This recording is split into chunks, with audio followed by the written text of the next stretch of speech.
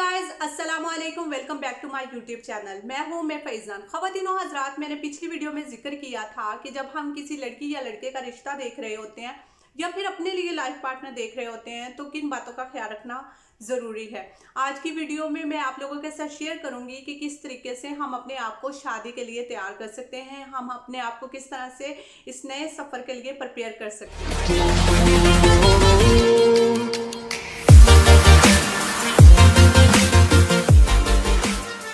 Unfortunately हमारे यहाँ जब भी शादी की बात होती है तो शादी के इवेंट या फंक्शन के हवाले से बहुत लंबी लिस्ट होती है। खाने में क्या बनेगा, लड़की का ड्रेस कैसा होगा, मेहमान कितने आएंगे, और मेन्यू क्या होगा, वेन्यू क्या होगा, सो ऑन। इस तरह की एक लंबी लिस्ट होती है जिस पे काम भी हो रहा होता है। दूसरी तरफ लड़की अपनी अपीयरेंस के हवाले से बहुत ज़्यादा काम कर रही होती है, लेकिन ये चीज़ें काफ़ी नहीं होती हैं। डेफिनेटली आपके लिए ये एक ज़िंदगी का एक अहम मौका है और आप इसको बेहतरीन तरीके से सेलिब्रेट करना चाहते हैं, लेकिन ये आपकी आने वाली ज़िंदगी में खुशियों की ज़मानत है या नहीं, ये वक्त फैसला करता है।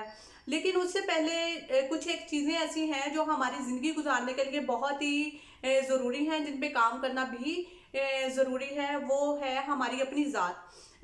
यहाँ पे मैं सबसे पहले ये कहना चाहूँगी कि जब हम शादी की बात करते हैं तो डेफिनेटली हम जो भी हमारा शरीके सफ़र होगा उसके लिए हम एक लिस्ट तैयार करते हैं कि उसका अपना घर हो, उसका कारोबार हो, पढ़ा लिखा हो, खूबसूरत हो, और जिस तरह भी आपके जहन में जो भी आप चाहते हैं कि वो ऐसा हो, आपकी एक लंबी लिस्ट होती है। तो मैं ये कहना चाहूँगी कि जिस तरीके से आप उसके लिए एक लिस्ट तैयार करते हैं, इसी तरीके से आप अपने लिए भी एक लिस्ट तैयार करें, क्योंकि ये सिर्फ आपकी शादी नहीं है, आपके साथ एक दूसरा बंदा भी जुड़ने जा रहा है और उसके लिए भी उसके भी इमोशन और फीलिंग्स वैसे ही हैं जैसे आपके हैं। और हम कई दफ़ा ऐसा तो होता है कि हम दूसरे से एक्सपेक्ट कर रहे होते हैं कि वो लविंग हो, केयरिंग हो, या मोहब्बत करने वाला या जो भी है, लेकिन हमारे अपनी ज़ात में कहीं ना कहीं कमी होती है। तो इसलिए वो लिस्ट बनाएं और उस लिस्ट को चेक करें कि आपके अंदर जो आप दूसरों से एक्सपेक्ट कर रहे हैं क्या वो सारी चीज़ें मौजूद हैं, और अगर नहीं मौजूद हैं तो उन चीज़ों पे काम करना शुरू करें, जो कि बहुत ही ज़रूरी है। प्री मैरिज काउंसलिंग बहुत ही ज़रूरी है, जिसमें हम अपनी इमोशनल हेल्थ पे काम कर सकते हैं, असर्टिवनेस सीख सकते हैं, एंगर मैनेजमेंट सीख सकते हैं, टाइम मैनेजमेंट सीख सकते हैं। इस तरह से दूसरी हमारी लाइफ स्किल्स सीखना बहुत ही ज़रूरी है। और सबसे बड़ी बात यह है कि इस काउंसलिंग के ज़रिए से हम अपनी ज़ात के बारे में जानना शुरू करेंगे। कई दफ़ा ऐसा होता है कि हम अपने ही बारे में नहीं जानते कि हमें क्या चीज़ अच्छी लगती है और क्या चीज़ बुरी लगती है, या हम क्या चाहते हैं। तो जितना हम अपनी ज़ात से जुड़ते हैं या अपने आप को जानते हैं, उतना ही हम बाहर के लोगों से अच्छे तरीके से ताल्लुकात बना सकते हैं। तो इसलिए प्री मैरिज काउंसलिंग बहुत ही ज़रूरी है। नंबर 2 पर मैं बात करूंगी बी रियलिस्टिक। बी रियलिस्टिक का मतलब ये है कि हम प्रैक्टिकल लाइफ के बारे में सोचें। कई दफ़ा ऐसा होता है लड़की या लड़का जो भी है, ड्रामे, फिल्में, मूवीज़ या नावल्स पढ़ पढ़ के उन्होंने अपनी एक इमेजिनेशन तैयार की होती है, जिसमें उन्हें लगता है कि उनकी लाइफ बहुत ही हसीन होगी, बहुत ही खूबसूरत होगी। लेकिन हमारी प्रैक्टिकल लाइफ ऐसी नहीं होती। हमारी प्रैक्टिकल लाइफ ना दो लोगों के बीच में घूम रही होती है, जिस तरह फिल्म या ड्रामे में हीरो हीरोइन ही दिखाया जाता है, बाकी तो कुछ हो ही नहीं रहा होता। लेकिन हमारी प्रैक्टिकल लाइफ में हमारे बच्चे होते हैं, दो खानदान आपस में जुड़ते हैं। हमारी रियल लाइफ में हमारे अप्स एंड डाउन्स आ सकते हैं, हमारे रिलेशनशिप में प्रॉब्लम आ सकते हैं, हमारे इन लॉज के साथ कुछ मसाइल हो सकते हैं, हमें फाइनेंशियल क्राइसिस आ सकता है।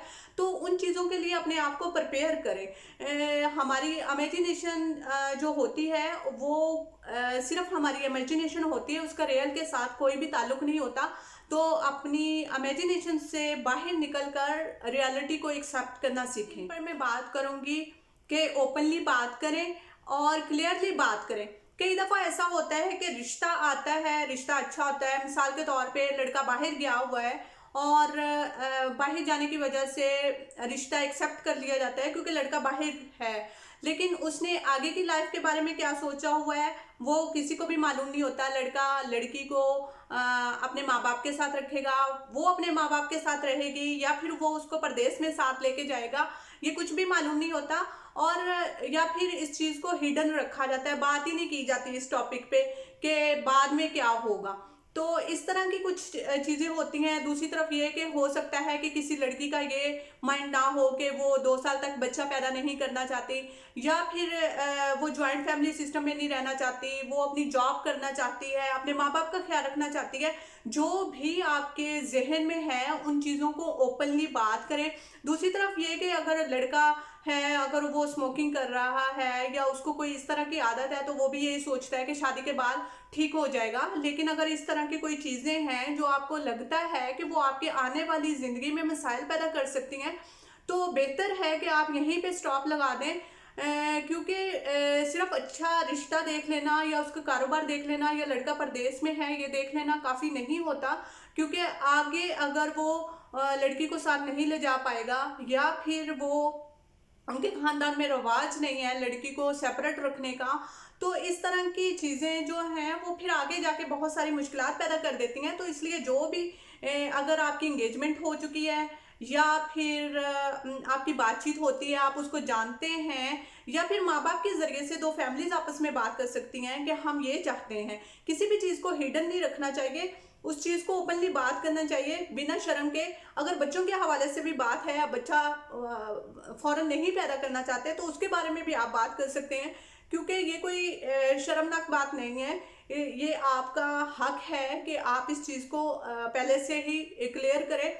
क्योंकि दूसरों की ज़िंदगी के साथ खेलने से बेहतर है कि आप अपने जो डिमांड्स हैं वो पहले से ही उन सामने वाले लोगों को बता दें। मिसाल के तौर पे अगर लड़की के ज़हन में है मैं बच्चा नहीं पैदा करना चाहती, और उसने लड़के को इन्फॉर्म नहीं किया, और लड़के वालों की ख्वाहिश है कि वो बच्चा पैदा करना चाहते हैं, तो होगा क्या कि बाद में प्रॉब्लम्स होंगी। तो बेहतर है कि आप लोग उनको पहले से ही इन्फॉर्म कर दें कि हम लोगों का ये प्लान है, हम इस तरह से करना चाहते हैं। अगर उनका इरादा होगा तो वो रिश्ता आगे चलाएंगे, नहीं तो वो रिश्ता ख़त्म कर देंगे। इसलिए जो भी हो उसको हिडन नहीं रखें। ये मत सोचें कि वो आने वाली ज़िंदगी में ठीक हो जाएगा और उसको बाद में ठीक कर लेंगे। जो भी ठीक करना है वो शादी के फैसले से पहले ही। लास्ट में मैं ये कहना चाहूँगी कि लोग जिस तरीके से हैं उनको उसी तरीके से एक्सेप्ट करना सीखें, क्योंकि लोग हमारे हिसाब से नहीं चलते। अगर हम ये सोचते हैं कि दुनिया हमारे हिसाब से चलना शुरू हो जाए तो ऐसा नहीं होता। हम एक नए ख़ानदान में शामिल होने जा रहे हैं, उनके अपने रस्म और रिवाज, उनका अपना रहन सहन होता है, तो वो जिस तरीके से हैं उनको उसी तरीके से कबूल करें। अगर कोई चीज़ आपको नापसंदीदा लगती है तो उसको दरगुजर करें, और छोटी छोटी बातों को अपनी अना का मसला मत बनाएं और माफ़ करना सीखें।